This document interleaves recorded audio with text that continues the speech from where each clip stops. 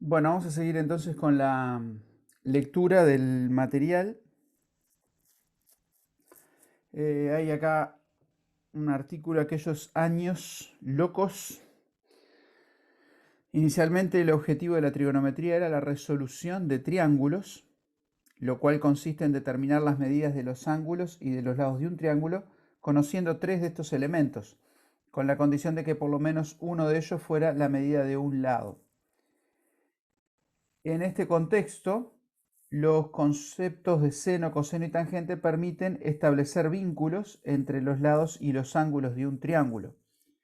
Con la creación del cálculo infinitesimal surgió la necesidad de atribuirle a los conceptos de seno, coseno y tangente el estatus de funciones reales, por lo que el grado sexagesimal, que es la unidad más antigua para medir ángulos, resultó inadecuado para satisfacer las exigencias del nuevo contexto.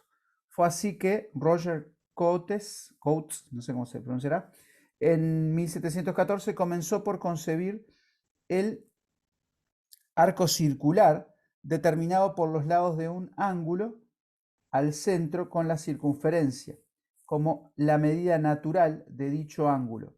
Pero como el arco variaba con el tamaño de la circunferencia, vio que era necesario considerar un patrón que podría ser una circunferencia particular o una línea estándar que variara con el círculo, como ser el diámetro o el radio. Consideró al radio como la opción más apropiada y concibió la medida del ángulo en función de la medida del arco que abarca. De este modo surgió el radián como el ángulo al centro que abarca un arco de longitud igual al radio de la circunferencia. Muy interesante ese dato, la verdad no lo sabía. Bueno, la función de Euler. Al comienzo de este capítulo te adelantamos que definiremos seno y coseno de un número real a partir de las coordenadas de un cierto punto P de la circunferencia trigonométrica, circunferencia del centro, el origen de coordenadas y radio 1. Una cosa, ¿no? Cuando se habla de radio 1, eso es independiente del tamaño, no tiene que ver con el tamaño.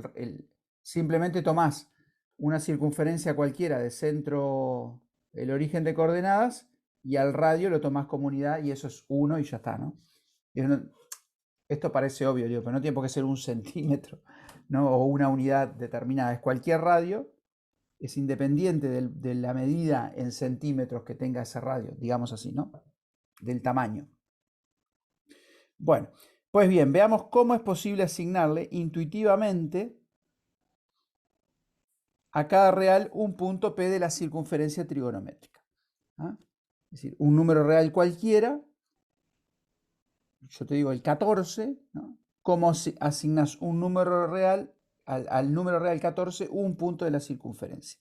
Bueno, consideremos un sistema de ejes cartesianos ortogonales, la circunferencia trigonométrica C y el punto A de coordenadas 1, 0, que es este que está acá.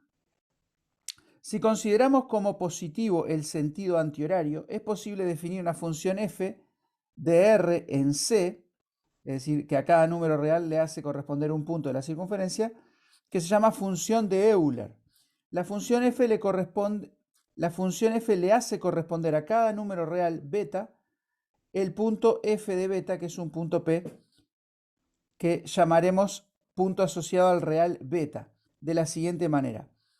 F de 0 es A, es decir, al real 0, ¿no? Si yo tuviera la recta real acá, el 0 le corresponde el punto A. Si beta es positivo, beta mayor que 0, recorremos la circunferencia en sentido antihorario, es decir, para acá, ¿no? Entonces, un punto que esté por acá, por ejemplo, un real que esté por acá, le va a corresponder un punto por acá. Depende, ¿no? Depende qué tan por acá esté, pero ese es otro tema. El extremo final del camino será f de beta igual P. Es decir, llega un momento acá, ¿no? A partir del punto A, un camino de medida beta. ¿No? Es decir, si yo tengo acá, por ejemplo, un valor beta, esta medida la tomo sobre la circunferencia, taca, taca, taca, taca, taca, un arco de medida beta, y ahí tengo el punto P. que corresponde a este número real beta. ¿Ah? F de B igual P. Si beta es menor que 0, ¿no? Es decir, si yo tengo, acá está el 0, por ejemplo, el beta está por acá, lo que hago es tomar esta medida, ¿no? De este segmento determinado acá, del punto que corresponde a beta hasta el origen, la tomás, vamos a ver con otro color, ¿no? Si esto a la izquierda, lo que haces es tomar esa longitud sobre la circunferencia y ahí va a estar el punto P. Si este es beta 1, beta 2, este sería el punto P2 y el punto P1, ¿no? Bueno, informalmente podemos pensar a la función de Euler como el proceso de enrollar un segmento, imaginando como un trozo de hilo no extensible, en la circunferencia C como si fuera un carretel. Es decir, como si esto fuera una piolita que no se extiende, no es una goma, una piolita rígida, rígida ¿no? ¿Cómo es? Bueno, no extensible, ¿no? Que no se dilata ni se contrae, y la vas enrollando sobre la circunferencia y donde está la otra punta de la piolita, ahí está el punto P. Bueno, todo esto de forma, como dicen, muy informal, ¿no? Si el número real beta que estamos considerando es mayor o igual a 0, intuitivamente podemos proceder de la siguiente manera. Consideremos un segmento vertical, está como si esta fuera la piolita ahora, está como que esta fuera una piolita, y la vas enrollando hasta que se acabe la piola, y ahí donde queda el punto final, el extremo, sería el punto P, ¿no? ¿Qué pasa? Claro, si la medida de este segmento es mayor que el perímetro de la circunferencia, entonces vas a dar más de una vuelta y vas a quedar en un punto ahí de la circunferencia, ¿no? Luego, dejando fijo A, enroscando, dando tantas vueltas como sea necesario, podremos obtener el P asociado al real beta. En cambio, si P es negativo, consideramos un segmento vertical, como muestra la figura, de modo que uno de sus extremos sea 1, 0, y la medida sea valor absoluto de beta, ¿no? Y ahí lo enrollás para el otro lado, en sentido anterior, ¿no? Empezás a enrollar así, ¿no? Para este lado lo enrollás hasta donde llegue, y donde llegue el extremo marca el punto P. Bueno, nota, si consideramos un real beta mayor que 0 y menor o igual a 2pi, el arco AP medirá beta, y por lo tanto el ángulo al centro, AOP, también medirá beta en radianes. Recordamos que la medida en radianes es la medida del arco abarcado por el ángulo al centro, tomando como unidad de medida el radio, ¿no? Acá estamos tomando el radio como unidad.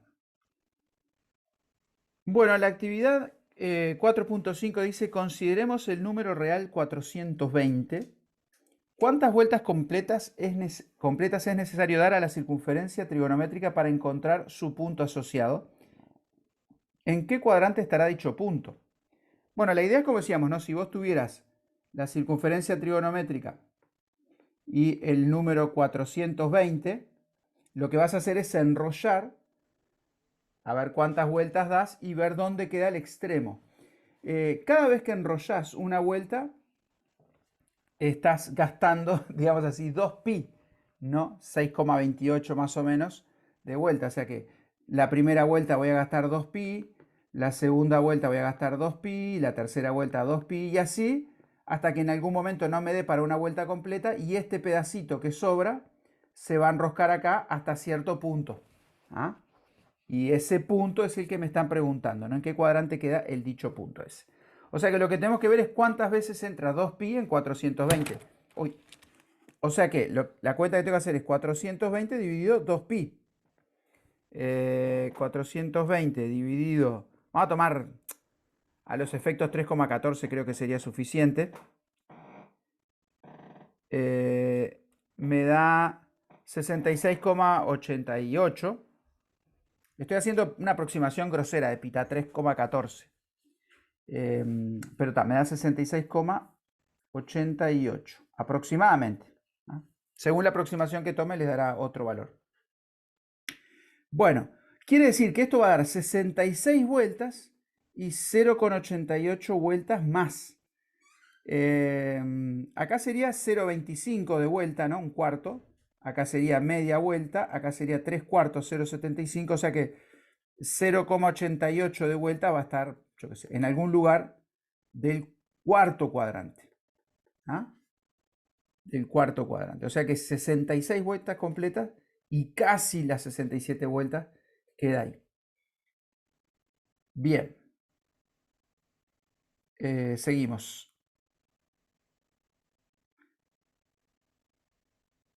Seguramente en la actividad anterior habrás dividido 420 entre 2pi para hallar la cantidad de vueltas completas a la circunferencia.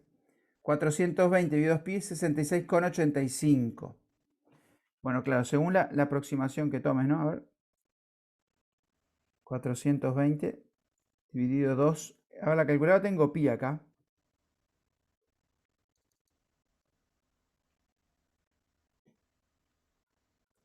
Hace tanto que no uso calculadora. 2pi. A ver aproximadamente.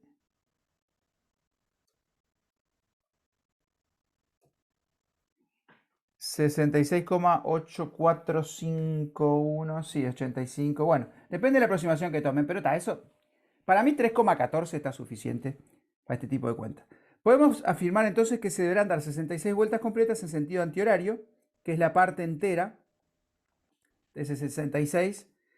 Ahora bien, para saber en qué cuadrante está el punto asociado, deberíamos poder establecer cuánto es 0,85 de 2pi. 0,85 es lo que sobra de 420 después de dar bien. No alcanza para dar una vuelta más. Es decir, debemos calcular el 85% de 2pi. ¡Fua! Bueno, bueno, O sea que pertenece al cuarto cuadrante. Bueno, si está hecho mucho más detallado, ¿no? Esto sería como si hicieras una regla de 3. Si el 100%, ¿no? O una vuelta es 2pi, 0,85, 85 a cuánto vale, no x. Entonces, yo qué sé, no sé si agrega mucho esto.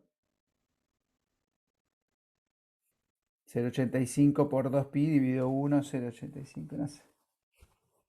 Bueno, no sé si ayuda demasiado esto, pero está. Está es más de 3 cuartos, ¿no? Eso es lo que interesa es que 0,85 es más de 3 cuartos. Porque lo que pregunta es qué cuadrante está. Pero bueno, está. Bueno, consideremos ahora el número real menos 26. Bueno, esto hacen ustedes. Ah, bueno, acá es interesante, ¿no?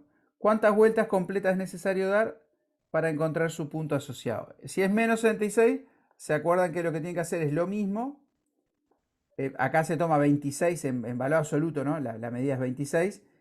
Cada vuelta 2pi, o sea que tienen que hacer 26 2pi, pero solo que lo encontrás en el sentido antihorario. Entonces, si fuera el caso de hoy, que es más de 3 cuartas vueltas, ese punto quedaría en el cuadrante 1, ¿no? Eso es lo que hay que tener cuidado. Ah, está hecho acá. Con lo cual, 24 vueltas en sentido horario, que es el valor absoluto, más un... Bueno, léanlo ahí. Haya las coordenadas del punto asociado al real 5pi sobre 2. Bueno, 5pi sobre 2 es más de 2pi, ¿no? Entonces acá tenés pi sobre 2, acá tenés pi, acá tenés 3pi sobre 2, acá tenés 2pi y 5pi sobre 2 es 2pi más un medio más, ¿no? O sea que va a quedar en el mismo punto que 2pi, que pi sobre 2, perdón. Indica dos reales positivos y dos reales negativos que tengan el mismo punto asociado al real 5pi sobre 2. Por ejemplo, menos 3pi sobre 2 queda en el mismo lugar.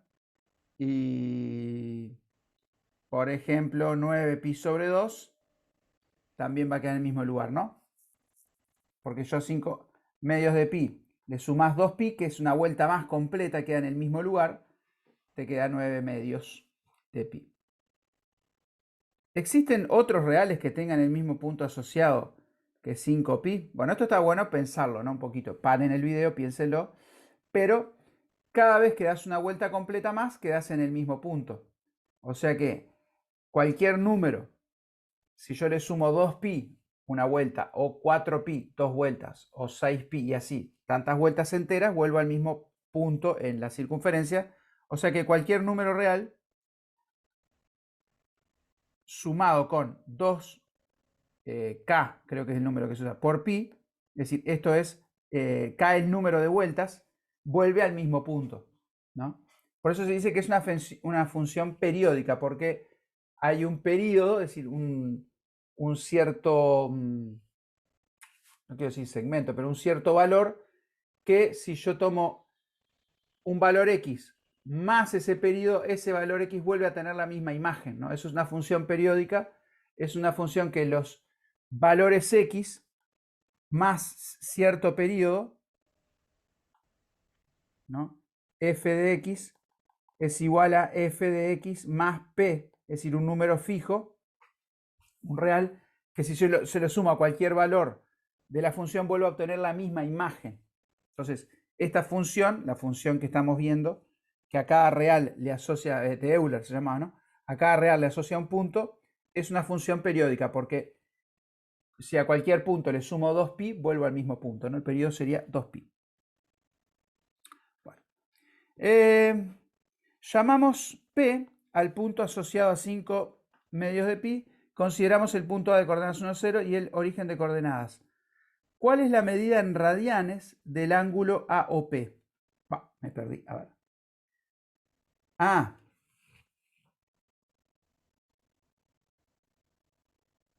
el punto P está acá, ¿no? Y bueno, la medida en radianes es pi sobre 2, porque te quedaría este ángulo, ¿no? AOP. La medida de este ángulo es el ángulo recto, que es pi sobre 2 en radianes. ¿Ah? Bueno, haya las coordenadas del punto asociado a menos pi sobre 2. Estaría acá, ¿no? Menos pi sobre 2 quiere decir que enrollo para el otro lado. Pi sobre 2, acuérdense, es un ángulo de 90 grados, cuarta parte de la circunferencia, ¿no? Existen otros reales. Bueno, esto se los dejo para pensar. Consideremos un real, llamemos P, beta, llamamos P asociado al punto 1, 0 y al origen. En las actividades anteriores habrás podido observar que si beta es un real mayor o igual que 2pi, entonces B se puede escribir como la suma de un real alfa o mayor o igual a 0 y menor que 2pi, que es la medida del ángulo AOP en radianes, más 2k pi, ahí está, siendo k un número entero, ¿no? Que corresponde al número de vueltas.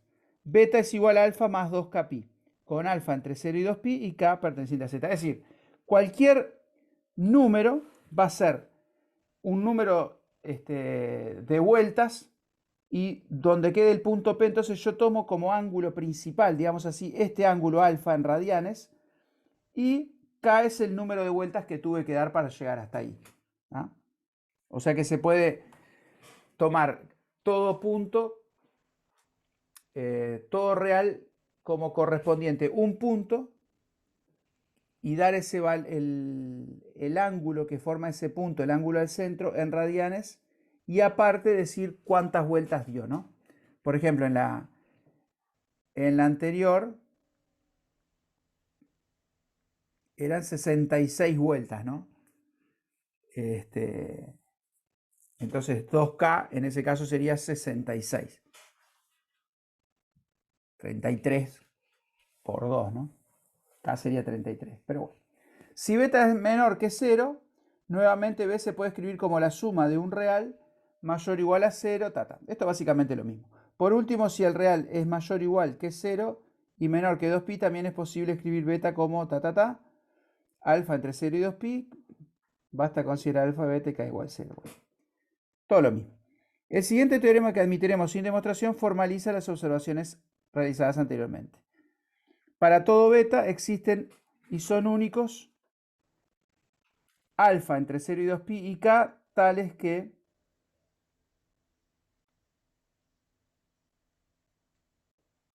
beta es igual a alfa más 2k pi. Bueno, yo no sé si esto es, este teorema es una división lo que hacíamos, ¿no? No sé. Porque si yo divido un número beta entre 2pi voy a tener un cociente q y un resto r.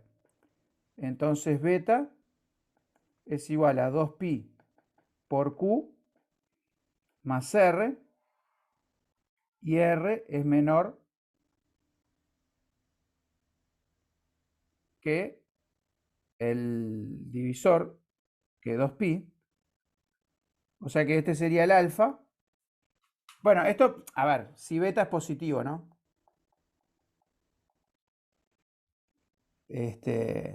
Para beta positivo es fácil, ¿no? Es lo que hicimos, ¿no? El resto es el alfa, es decir, la existencia de unicidad de cociente y el resto de la división me permitirían hacer esto, ¿no? O estoy siendo muy grosero. Ah, claro, no. Claro, sería. No, no, estoy haciendo una chanchada.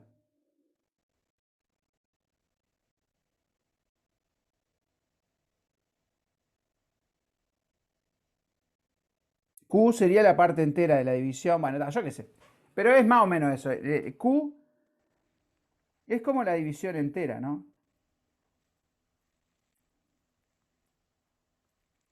Pero claro, acá es con decimales, todo bueno. Vamos a aceptarlo sin demostración, sí.